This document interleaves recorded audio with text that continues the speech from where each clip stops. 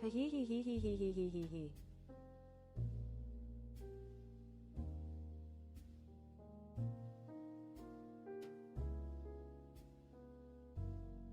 And welcome to PrisciTV.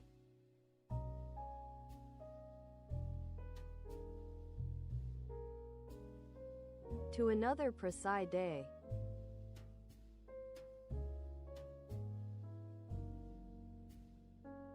In another Prisci hour. Lola lola lol.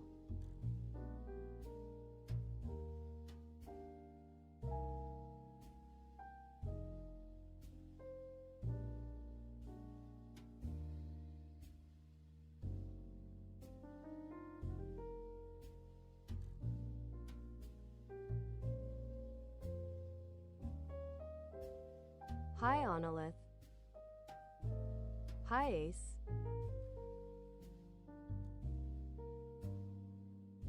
A Priscio?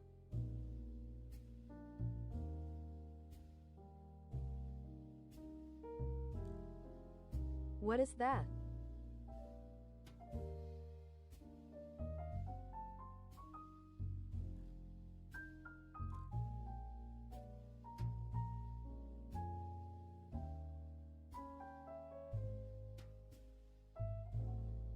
Hi voice.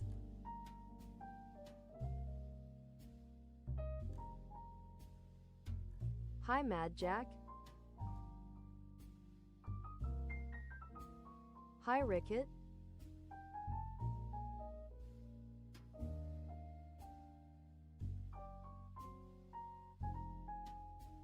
Prisci 37. Hi Pallid Lowell. Hi Mellow. Hey Carlos.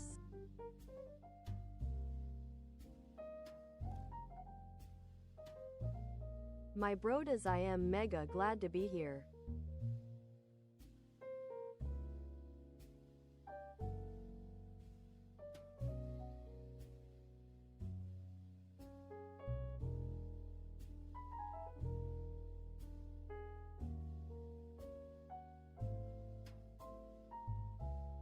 Another day, another no light again. The electrician didn't come.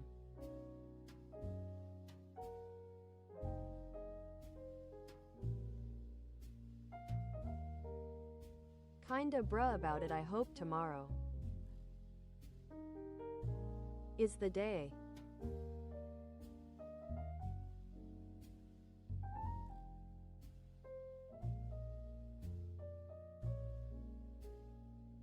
Doc, thanks you so much. Mellow, thanks you so much.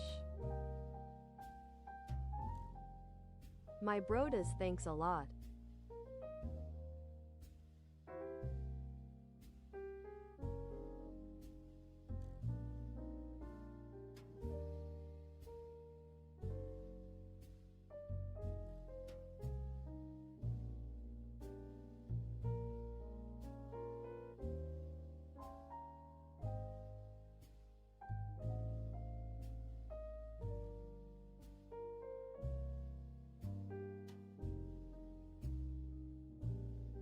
Now I am worried cause the light might go soon. Is scary cause right now we are going through some bad climate. I am just worry.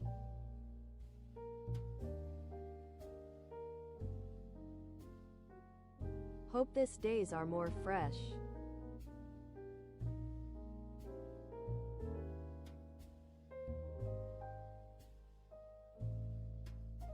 But our climate is wild lololo.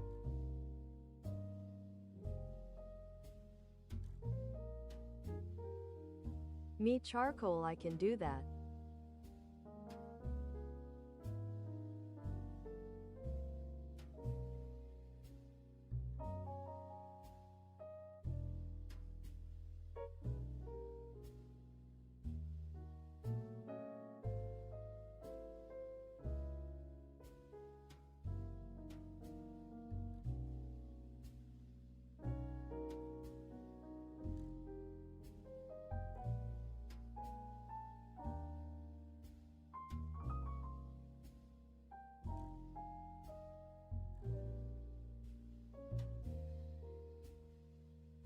Hi Bixby.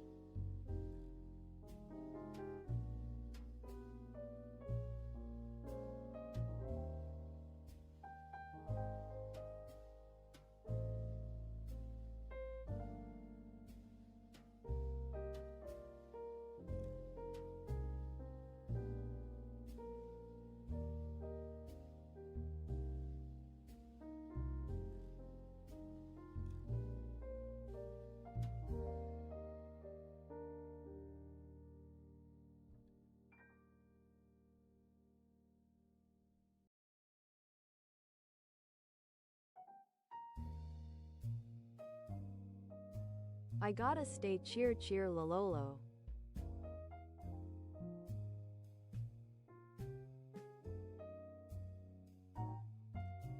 Cuz right now is worry.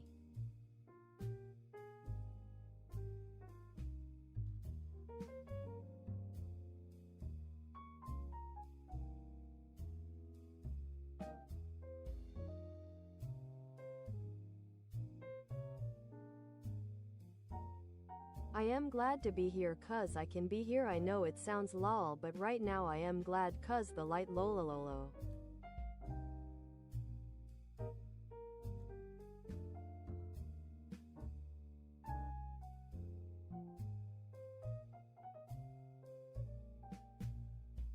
All is spooky right now.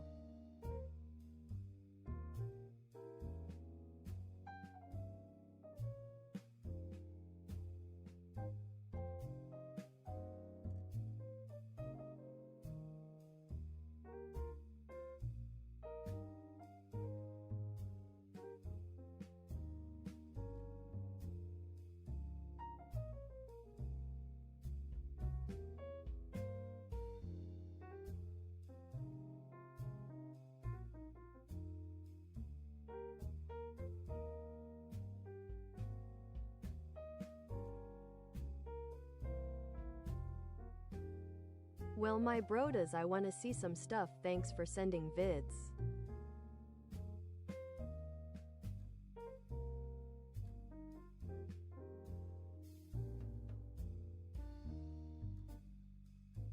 How to make a cat.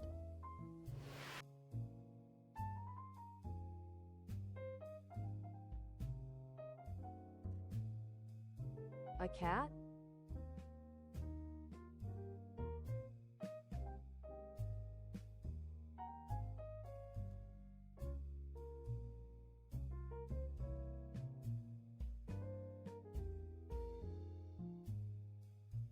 A cat. Not me though.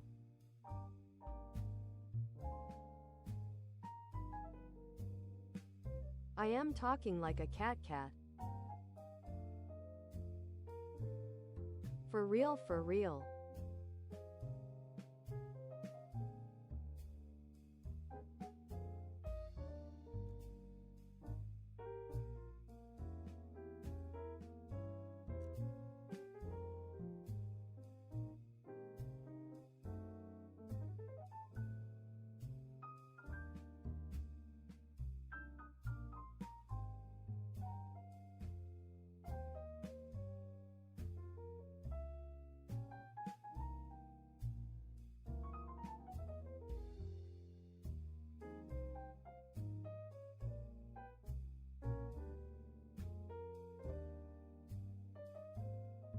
Y'all so lolololo.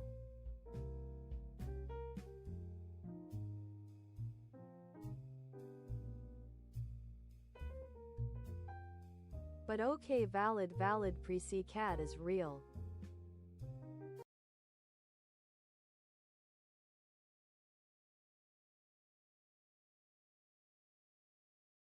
But this time wake up sheeps.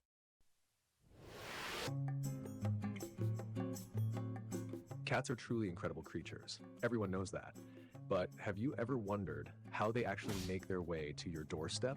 In today's video, we'll take you behind the scenes to explore the journey of how cats are made and eventually find their way into thousands of homes around the world. So let's rewind and take a closer look at how it all begins.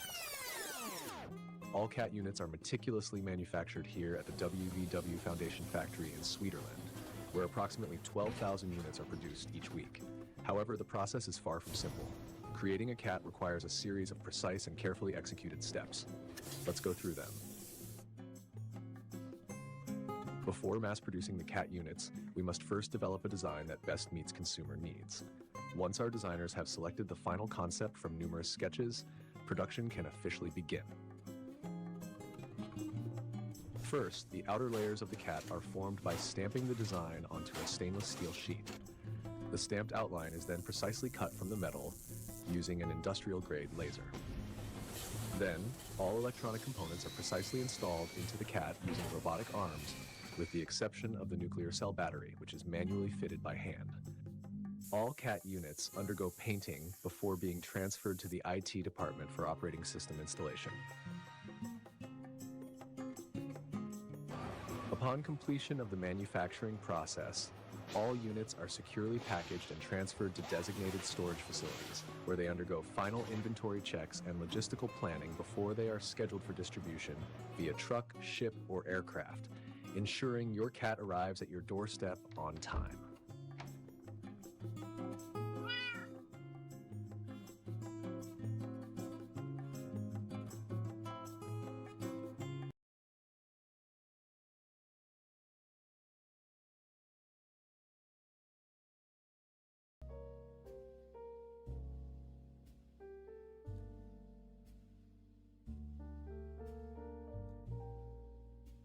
I feel more smarter than before. Yay. Lola lololo.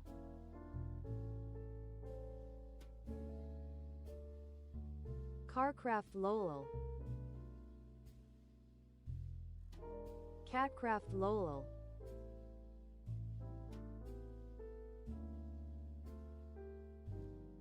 Welcome hum.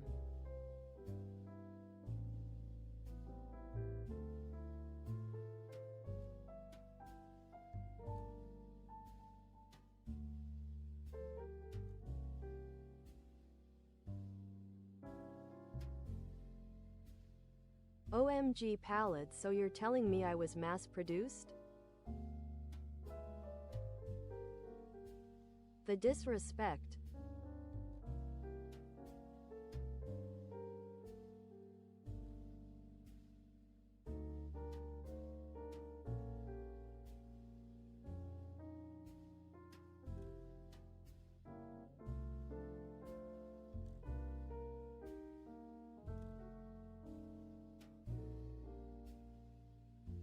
Lola lolo.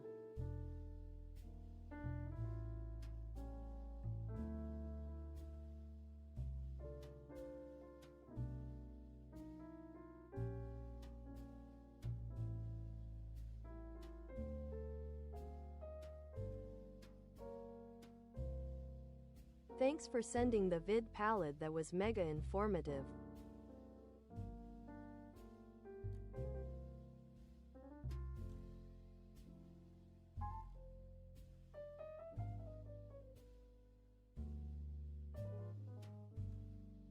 Next vid is street performers are evolving.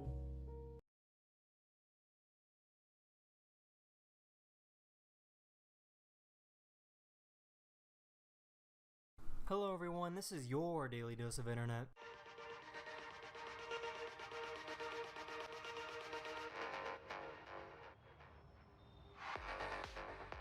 And I found out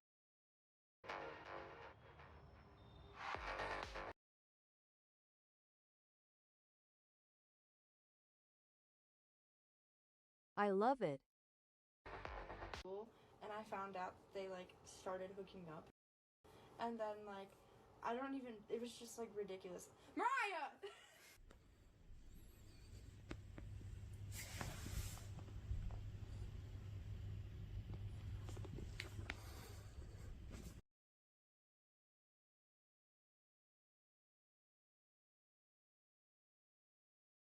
OMG, why bro is so packed.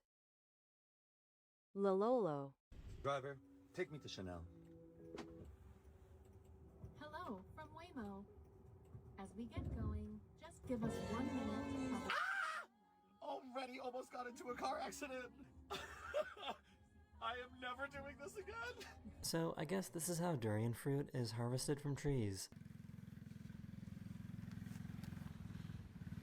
Oh! Oi! Oh!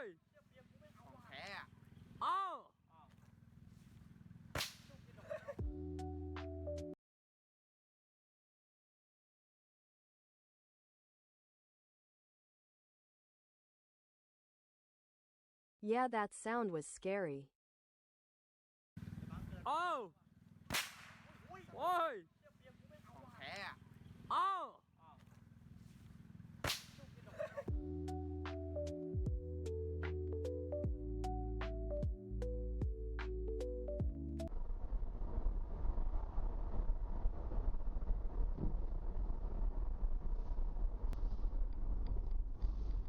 Oh my god.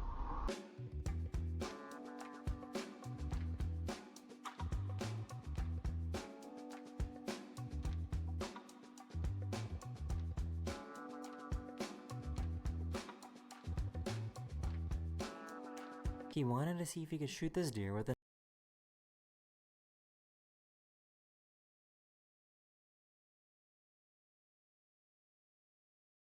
Gotta be a freaking fedora. He wanted to see if he could shoot this deer with a Nerf gun.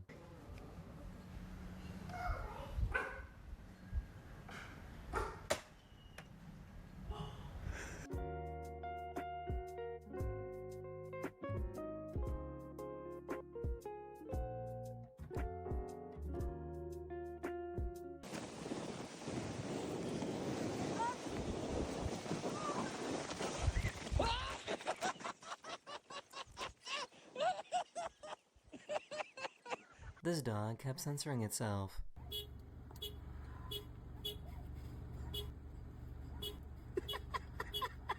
God's beeping the horn.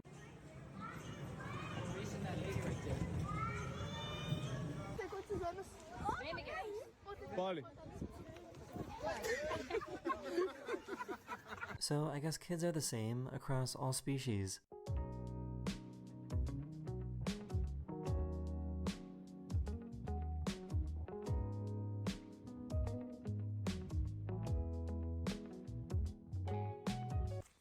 Alright, so right here I've got a little American badger.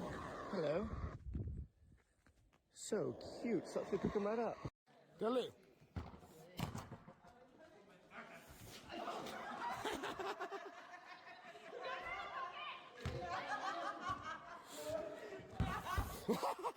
This is what happens when they see the green ball of rage and despair.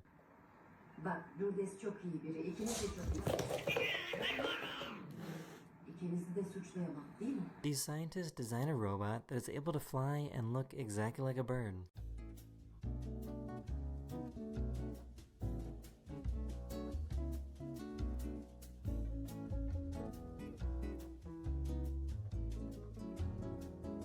These people wanted to raise a baby deer with their dogs.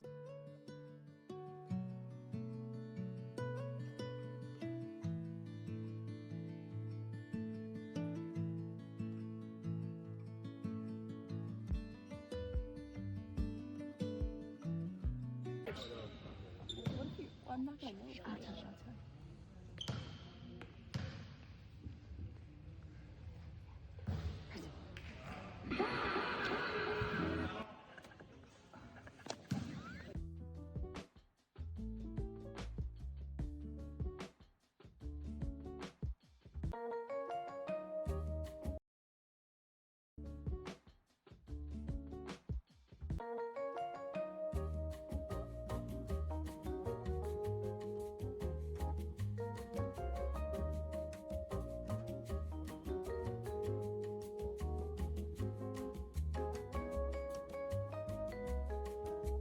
They gave them a 500-piece puzzle as a gift, but as a prank, they individually wrapped each puzzle piece.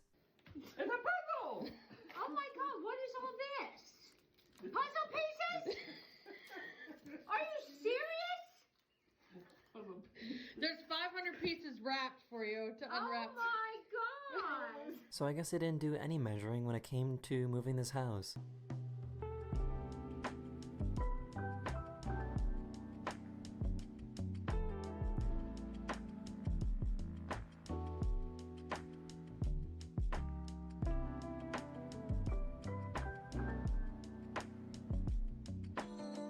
Ay, tengo un guayao. Mi señora, qué bueno para un guayao.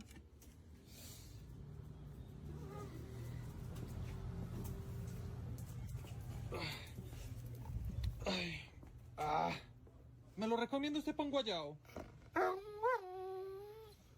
This woman from Jamaica got to see snow for the very first time.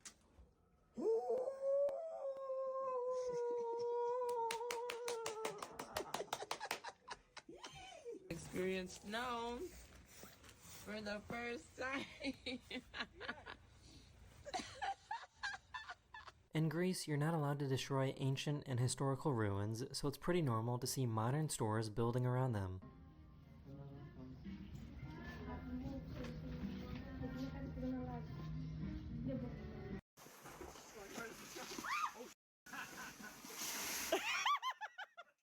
Are you cold? Hi, You wanna go inside? ZBJ. No. Are you cold? No. You not cold? This dog needed some help to get up this hill.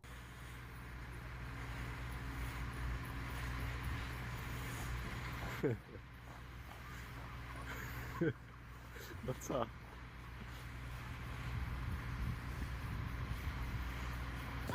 Get at me!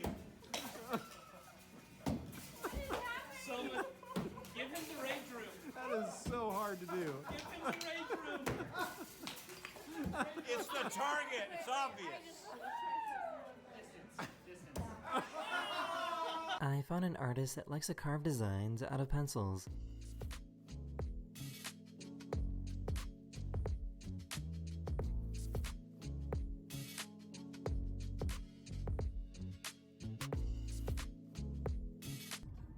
Look at this place.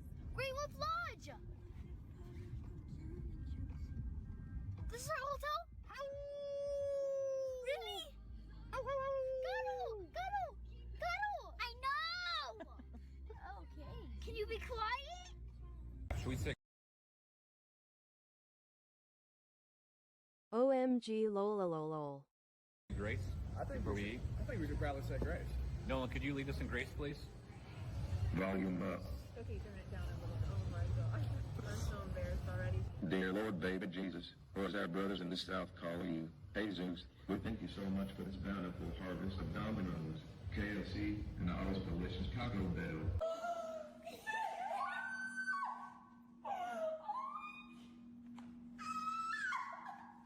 So why does this little guy look like he's smiling?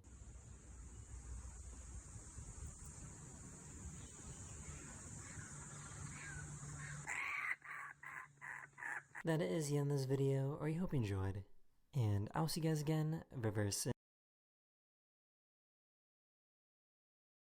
Lolololo.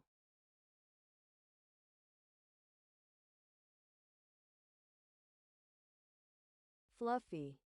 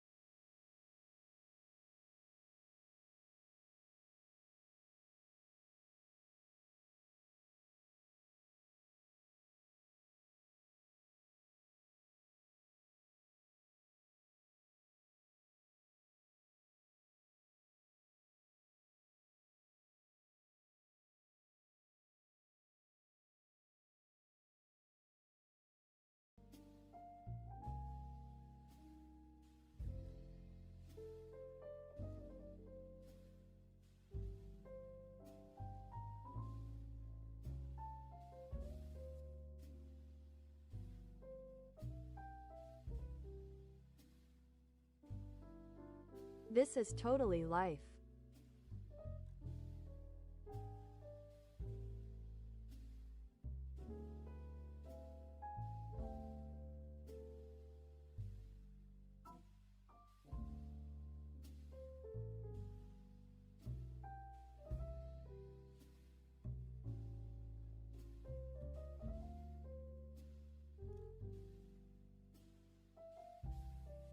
Bixby, thanks for sending the vid.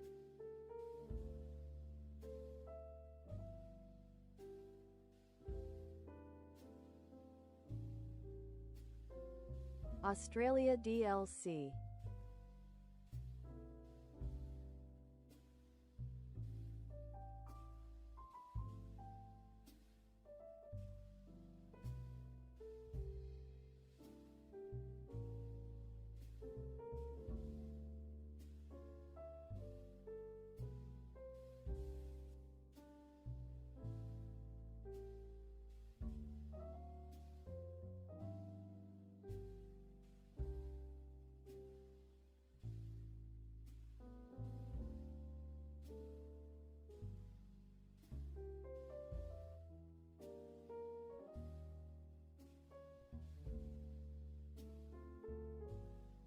Snow, snow, snow.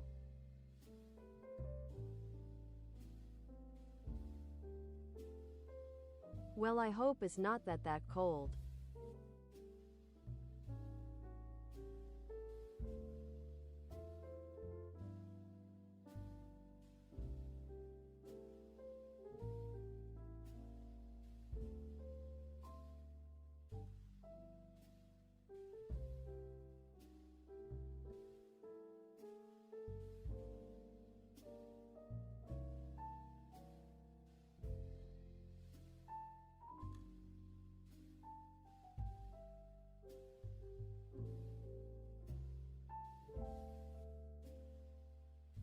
Oh wow.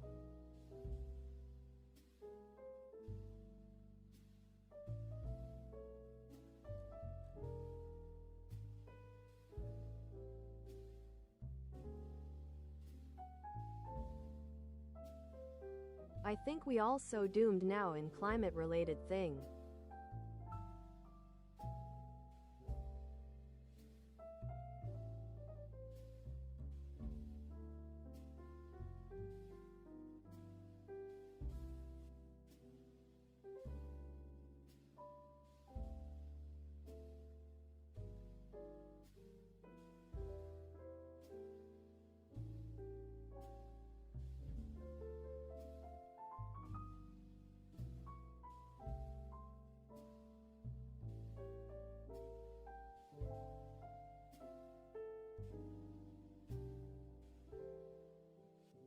I think we all so doomed now in climate-related thing.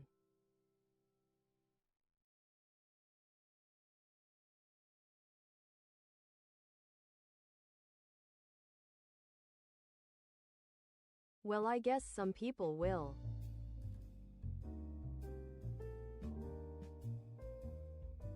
Have a cooler climate right now.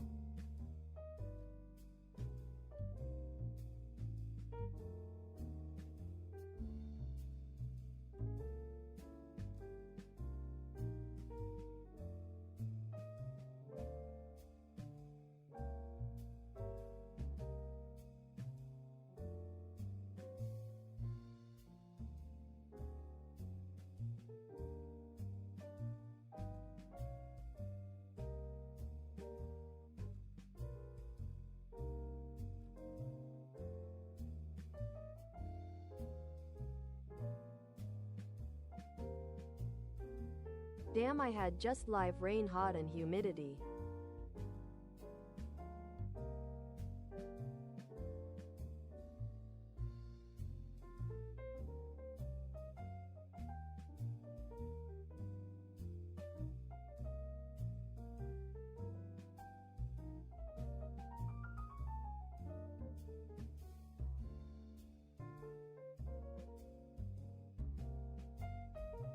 But I find interesting that we all have different climates, makes me realize how worldwide it can be.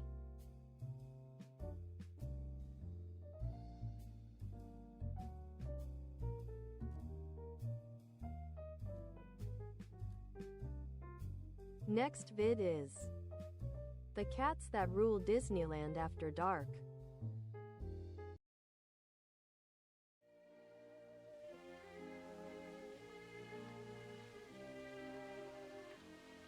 The mystery of the cat. And you know, they are mysterious. Although they're so familiar to us, we don't know much about them.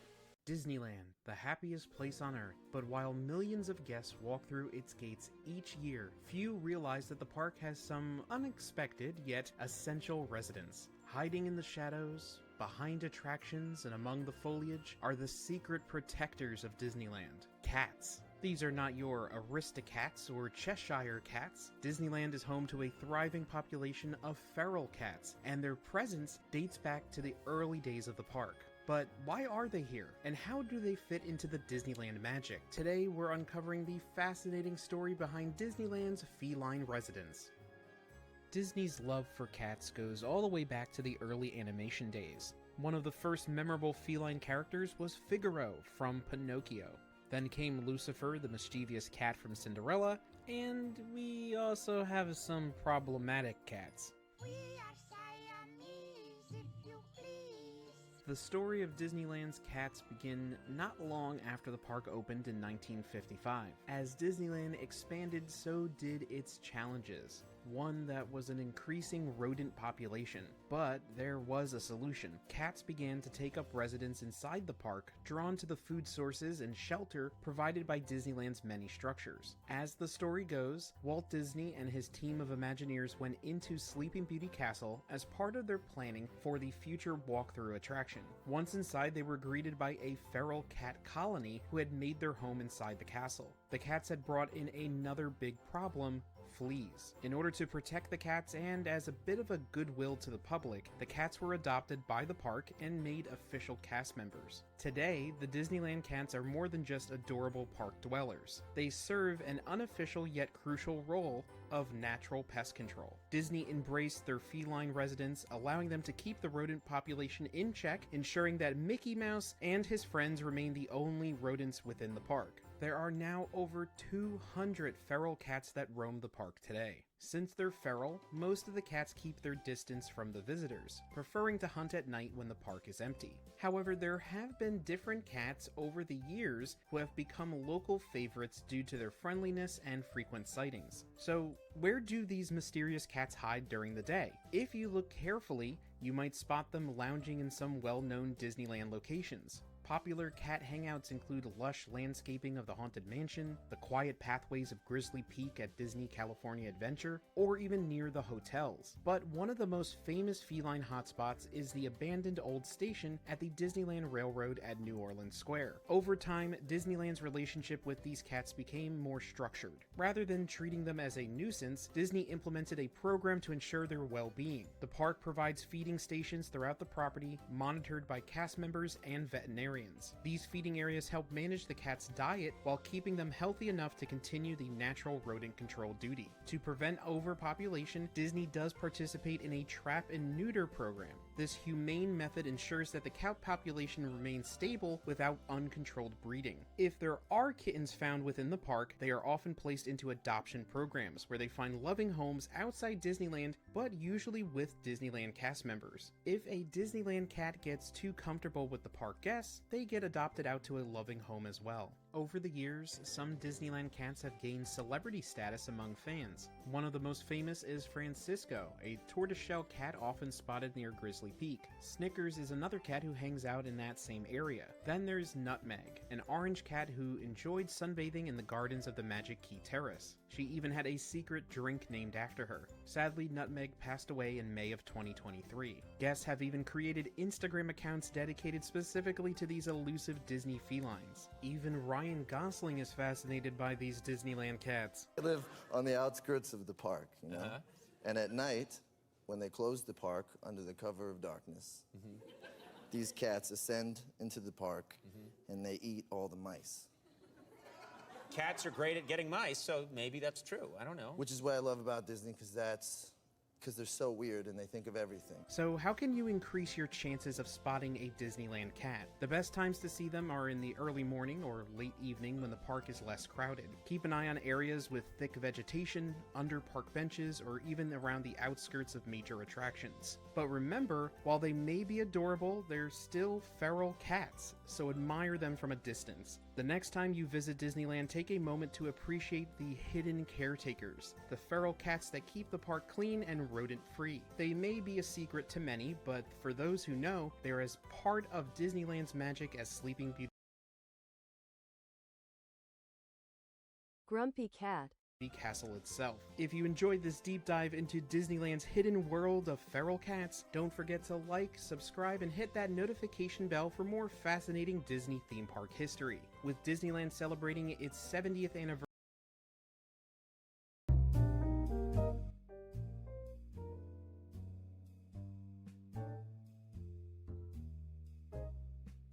Sorry for the jump scare.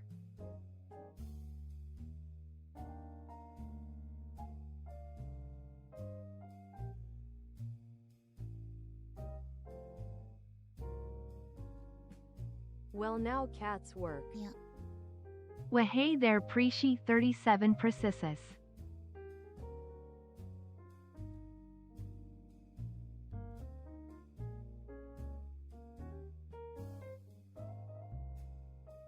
Gems 37 Wahe, thanks you so much for the 30 months.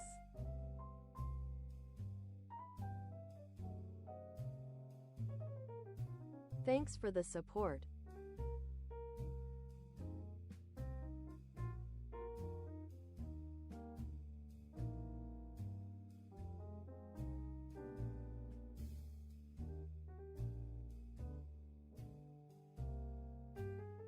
Next vid is platypuses aren't weird, you are.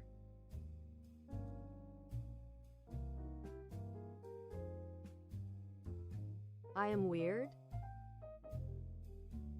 Lololol. Platypuses are weird. Everything about them is bizarre, from their duck bills to their beaver tails. Like, they're technically mammals, but they're doing it all wrong. They lay eggs, they sweat out their milk, and they have venom spikes on their legs. They're just so darn different from the rest of us mammals. Well, today I'm here to defend the poor platypus. Lots of their features might seem strange to us, but they were actually the norm for most of mammalian history. Because in the big picture of mammal evolution, platypuses aren't weird, you are. The story of mammal evolution begins over 300 million years ago with the rise of a group called synapsids. Early synapsids included things like sail-backed Dimetrodon and saber-toothed Gorgonopsids, who all had a lot in common with early reptiles. Eventually, those ancient synapsids gave rise to the true mammals, like you and me.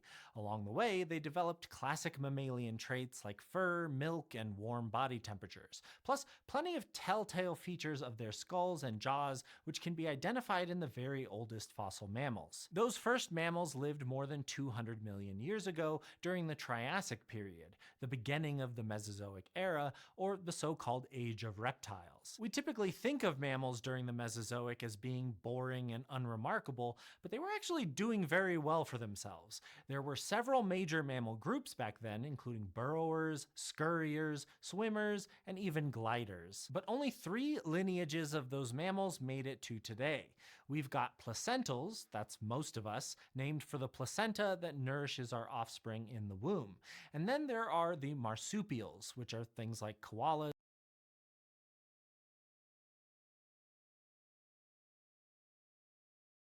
Koalas are so cute.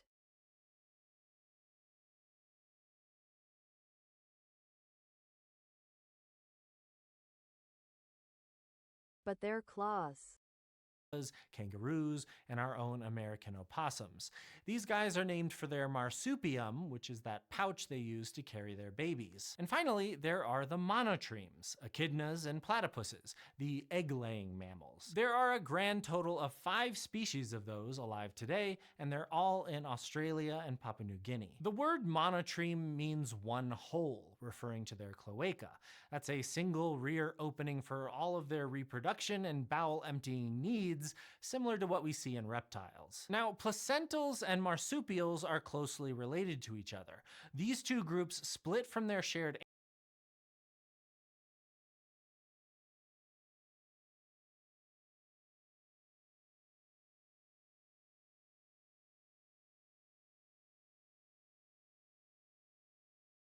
Wait, koalas have chlamydia.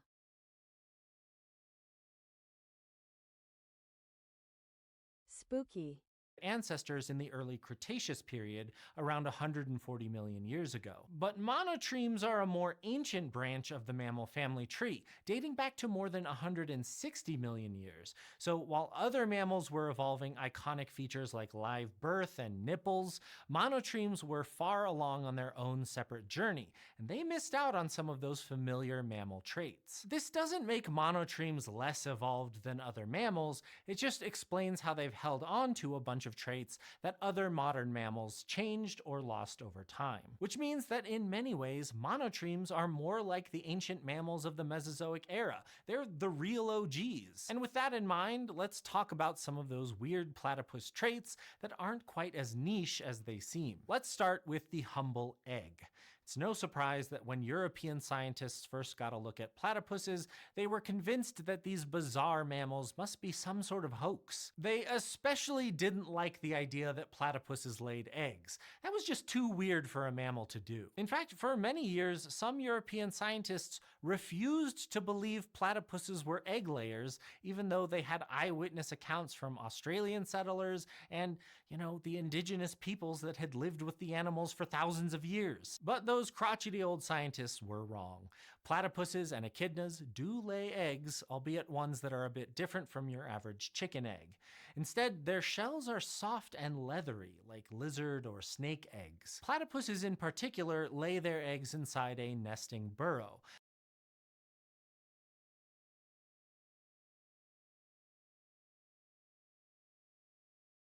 That looks so weird. Like other egg layers, they guard the nest until the young hatch, and like other mammals, they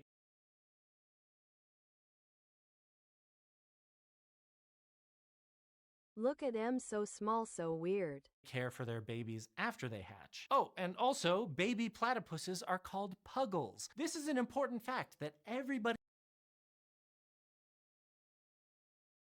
Okay, Puggle. needs to know. Puggles! Laying eggs is unusual among modern mammals, but it used to be what we all did. Those early synapsids were egg layers, and early mammals inherited that trait. That said, we're not sure exactly when modern mammals made the switch to live birth. Soft-shelled eggs don't tend to fossilize well, so we have basically no fossil record of ancient mammal reproductive habits. But based on the relationships between ancient and modern mammals, live birth seems to have shown up along the lineage leading to placentals and marsupials. Outside of that branch of the family tree, most ancient mammals probably laid eggs. So in that regard, platypuses are sticking to a time-honored mammal tradition.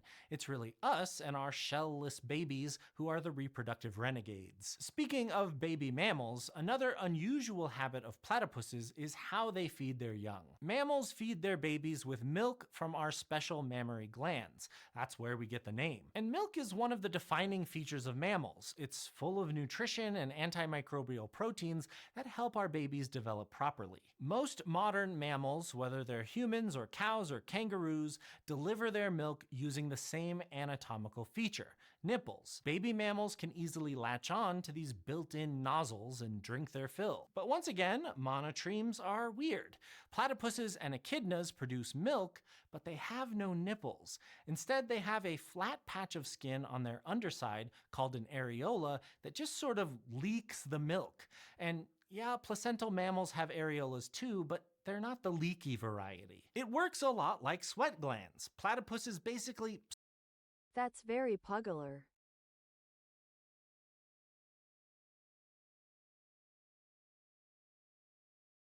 That's very puggles.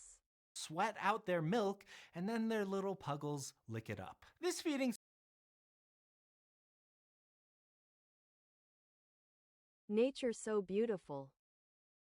Basically sweat out their milk, and then their little puggles lick it up. This feeding strategy seems really inefficient compared to the streamlined delivery system of nipples, but the platypus strategy actually has deep evolutionary roots. The ability to produce milk probably goes all the way back to the very first mammals. Voice lololololo.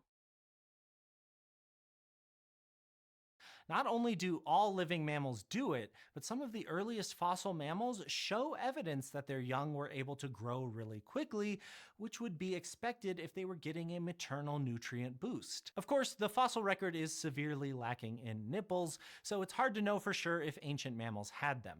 But there's reason to suspect they didn't, and it brings us back to their eggs. See, the downside to soft-shelled eggs is that they can dry out easily.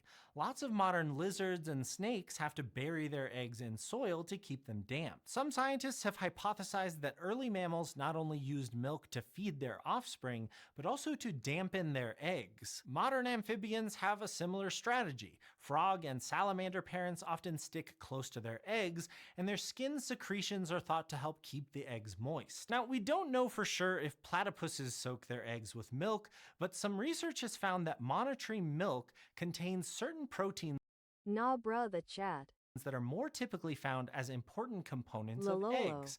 This supports the idea that a monotreme's milk might play a role in maintaining the health of their eggs. And while nipples are great for feeding milk into mouths, a milky skin patch is better for spreading milk over a whole nest of eggs. So the platypus strategy of puggle pacifying perspiration might actually be just as beneficial for their developing young as a precision delivery nipple is for ours. Which also means that this strategy might have been common among those ancient egg-laying mammals. So we've covered milk, but let's talk about another bodily secretion: venom. Platypuses are venomous. If you ever get the chance to pick up a platypus, especially an adult male, you should really be careful around their hind legs. On each ankle, they have a sharp spur attached to a venom gland. I feel like we don't talk about this enough. Platypuses have venom spikes. These little weapons are mainly used for settling mating disputes. During the mating season, these venom glands become extra active, and male platypuses are often found with puncture wounds and even partial paralysis from the spurs of their rivals. Of course, they'll use these built-in weapons against other species too. There are plenty of reports of humans and hunting dogs ending up on the wrong end of a pair of platypus spurs. The venom isn't deadly to humans, and usually not to dogs either, although it is apparently very painful. Venom is common among groups like reptiles, insects, and fish, but it's much more unusual in mammals, and venomous ankle spurs are almost unheard of. Like, echidnas do have ankle spurs, but they aren't venomous, which might lead you to think that these have to be a brand new platypus thing. But you would be wrong. We've found lots of ancient mammals with fossilized ankle spurs. This includes several species from the Cretaceous period, meaning they're over 66 million years old. And what's even wilder is that these Cretaceous mammals weren't just on the monotreme line, which tells us that a lot of earlier mammals had the cool ankle gear. The spurs all seem to be the same structure, so there's a really good chance they were inherited from common ancestors. And with spurs known from so many disparate parts of the mammal family tree, those ancestors must have been among the earliest mammals. So while they're weird today, ankle spurs were apparently quite common among Mesozoic mammals, and might even have been the norm. If you could travel back to the age of dinosaurs, you might witness a whole variety of macho male mammals kicking at each other with their leg spikes. Now, whether these ancient spurs were venomous is hard to say. Like soft-shelled eggs and nipples, venom glands don't tend to fossilize. But it's totally possible that venom was another common trait in those Mesozoic mammals. So just to be safe, if you do travel back to the age of dinosaurs, don't go grabbing any mammals by the feet. At this point, it should be pretty clear that a lot of the weird features of platypuses aren't quite so strange after all. But I don't want you to get the wrong idea. Platypuses are still kind of weird. Not every ancient mammal was exactly like a platypus, and they have plenty of their own unusual features, especially on their faces. Which brings us to the elephant in the room, or the duck bill, I guess? That duck-like bill isn't just for show. Platypuses use it to find food. They swim around on the bottom of muddy lakes and streams with their eyes closed, waving their bill back and forth, using electrosensitive organs in their snout to pick up signals from invertebrate prey. And when they find and slurp up that prey, they don't sink their teeth in, because the adults don't have any. Instead, they have tough pads in their jaws that they use to grind up their food. All of this is pretty unusual, even among ancient mammals. Most fossil mammal species had teeth, and they generally didn't have bills like platypuses. But what's really cool is that modern platypuses are weird even compared to their own ancestors. Obdurodon is an ancient platypus from the Miocene that lived about 5 million years ago in what's now Australia. And their faces are similar to modern platypuses, with a bill-like structure and even evidence of nerve passages similar to the ones that power the electrosensitive organs of their living cousins. But unlike their descendants, adult Obdurodon did have teeth, and their electrosensing nerve pathways seem to be less well developed than in modern platypuses. And what's really cool is that there's a similar nerve structure found in a bunch of other fossil monotremes too. So the ability to sense electrical signals from prey is another thing that might have been more common among ancient mammal lineages like the monotremes. But modern platypuses seem to be more electrosensitive than even their own direct ancestors, and they're definitely less toothy and more duck-facey than most ancient mammals. So yes, platypuses are a bit weird, but a lot of those traits were once standard. Things like live birth and nipples may be typical mammal stuff today, but they came about pretty recently. Before that, the world was full of egg-laying, milk-sweating, electro-sensing, ankle-spiked little furballs. Which kinda makes us the mammalian oddballs, not the platypus. So stop judging, okay?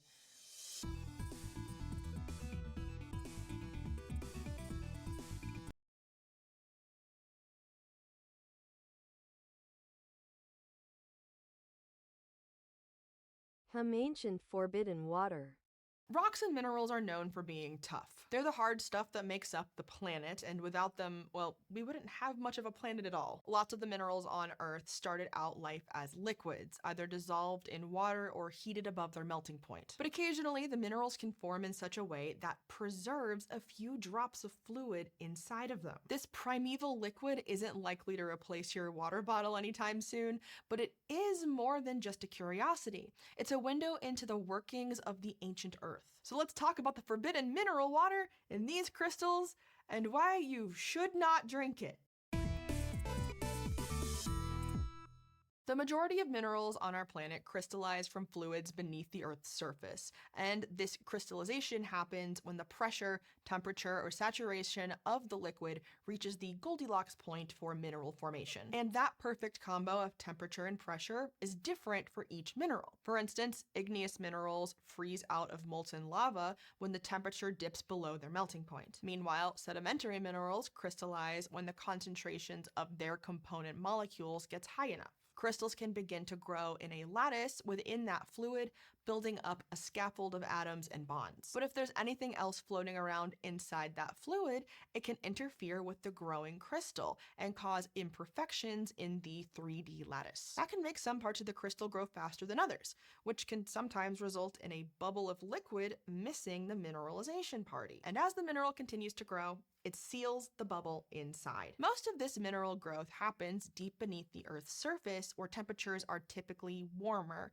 So when those minerals are brought to the surface, the rock cools down. And when the warm liquid inside cools down, it contracts more than the surrounding crystal, creating a gas bubble that the liquid can slosh around in. Together, these liquid and gas bubbles trapped inside crystals are called fluid inclusions, and they can be found in a surprisingly wide range of We'll drink though. Minerals. You can find fluid inclusions in metamorphic rocks in the form of carbon dioxide squeezed into a liquid by the high pressures at the bottom of the crust. Lots of sedimentary minerals also preserve bubbles of groundwater and hydrothermal fluids inside them too. Those bubbles can even contain crude oil. And it doesn't stop at sedimentary rocks. Water can get stuck inside igneous rocks as well. Gas bubbles are sometimes frozen inside amber. You can even find water and gas trapped inside glacier ice. And yes, glacier ice is a rock because it forms basically the exact same way as limestone does by compressing lighter material down into one solid thing. In this case, snow becomes ice. In most cases, fluid inclusions inside crystals are very small, rarely measuring more than 1/10 of a millimeter across. but that doesn't mean they can't be useful to geologists. The presence of fluid inclusions in gemstones helps gemologists tell the difference between natural and synthetic stones, and can even help them determine where those stones formed. Mapping fluid inclusions in the field can also help the search for mineral resources, since they can be a telltale sign of the hydrothermal systems that formed valuable ore deposits that we, really want to find. Plus, heating and cooling the inclusions can help to reveal their internal composition without ever having to break the crystal. So these fluid inclusions can reveal all kinds of secrets about the ancient Earth. Because these bubbles trap air, researchers have been able to use them to sample the atmospheric gases during the Cretaceous, thanks to air bubbles stuck in amber. They found that the concentration of oxygen was much higher during that period, and helped geologists chart its sudden drop from 35% to roughly 20% around 65 million years ago. And hydrocarbon inclusions in old sedimentary rocks can give clues to the migration of petroleum through those reservoirs, which could help people find sources of crude oil. Despite their value to the world of science, the tiny size of these fluid inclusions means they rarely get the love they deserve.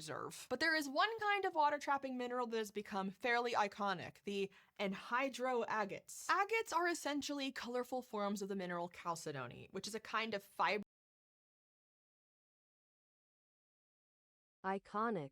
fibrous microcrystalline quartz that forms from silica-saturated fluids. Agates can be many colors depending on the mineral impurities inside them, but the anhydro versions also contain water and gas on an impressive scale. These mineral specimens are like fluid inclusions on steroids. They're entire geodes that can contain enough ancient fluid that you can see it sloshing around, no magnification needed. Of course, you could break open the geode to let the liquid come flooding out, but then your water is all gone and your anhydroagate becomes an exhydroagate. Instead, if you polish your agate pebble just right to get close to the water pocket but not actually breach it, you can see the fluid moving around while keeping the pocket intact. Now, the big bubbles in anhydroagates form in a very similar way to the microscopic kind. Agates typically form in spaces that were once bubbles in igneous rocks, crystallizing from fluids that percolate through those rocks. As the agate geodes grow from the walls of the rock bubble, some of those fluids get trapped inside. Just like with normal fluid inclusions, geologists have tried to figure out the composition of anhydroagate liquid in the hopes of learning more about their formation. For instance, in the state of Rio Grande do Sul in southern Brazil, anhydroagates are often found in Cretaceous age volcanic rocks. Since they had to have formed after the rock itself solidified, the agates are thought to be between 60 and 40 million years old. Incredibly, when researchers drilled into some of these anhydroagates, they extracted what appeared to be bacterial cells. Not only that, but the cells seemed to be moving around erratically, suggesting that they were still alive. So had these agates preserved life intact from tens of millions of years ago? Well, maybe, but also maybe not. Unlike the single crystals that trap fluid inclusions in an impenetrable mineral lattice, agate's microcrystalline structure means it's slightly porous. That means that over time, fluids can move in and out of it. So the liquid that's inside these anhydroagates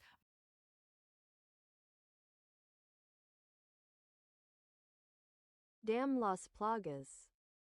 might not be the same liquid that helps to form them in the first place. And when the researchers looked at the genes of the bacteria they got from their Brazilian anhydros, they found them to be closely related to the kinds of bacteria you get in tropical soils. You know, the kind that you get on the surface in Brazil. While the anhydroagates are porous to water, we're still not totally sure if the gaps are big enough for bacteria to get in or out, so it's hard to say whether the microbes inside are really, really ancient, moderately ancient, or really not very ancient at all. Either way, the bacteria still offer a fascinating window into the agate's long history. And regardless of how old they are, they're also why you should definitely not drink this particular type of mineral water. This month's Rocksbox subscribers will receive their own anhydroagate from Indonesia, each of which is at least 5 million years old. And if you've been hoping to subscribe to our monthly Rocksbox deliveries but weren't able to, you're in luck. We were able to open up some more subscriptions. How many are left when you're seeing this? I genuinely don't know because we filmed this in December. Head over to complexly.store/rocks to see if there's any left. You can also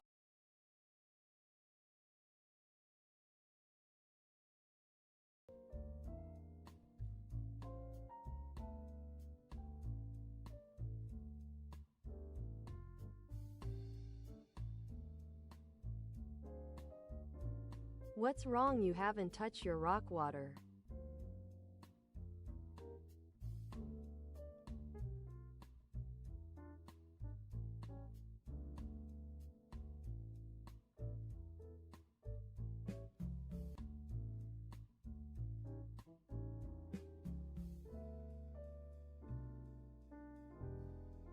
Well, I would totally drink ancient water.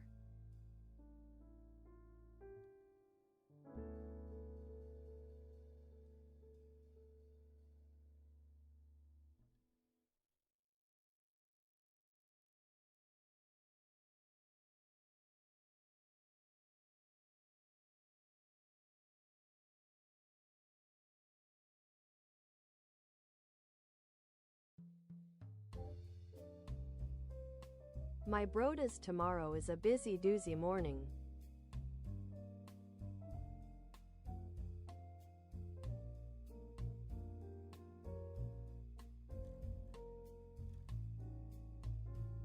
I will let y'all know if I will stream or not.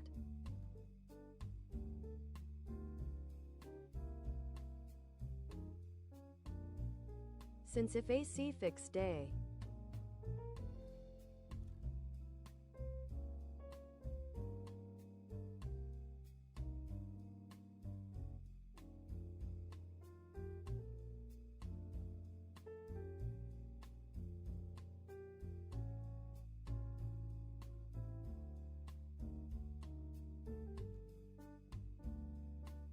Thanks, I want cold feeling already.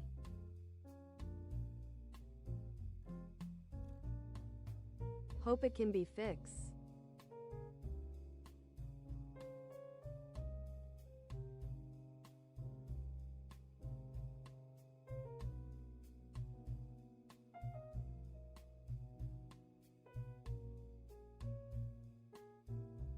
Thanks a lot for being here and seeing vids with me. This had been really lololol.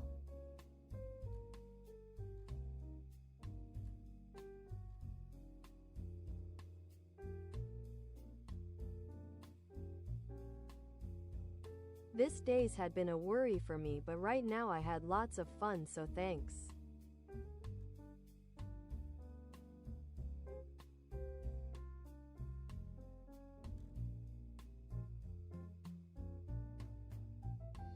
Please take lots of care and drink lots of water.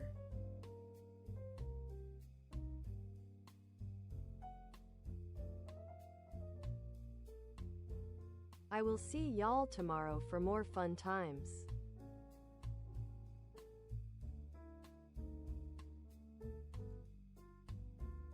Also, please donate plasma if you can. Thanks a lot.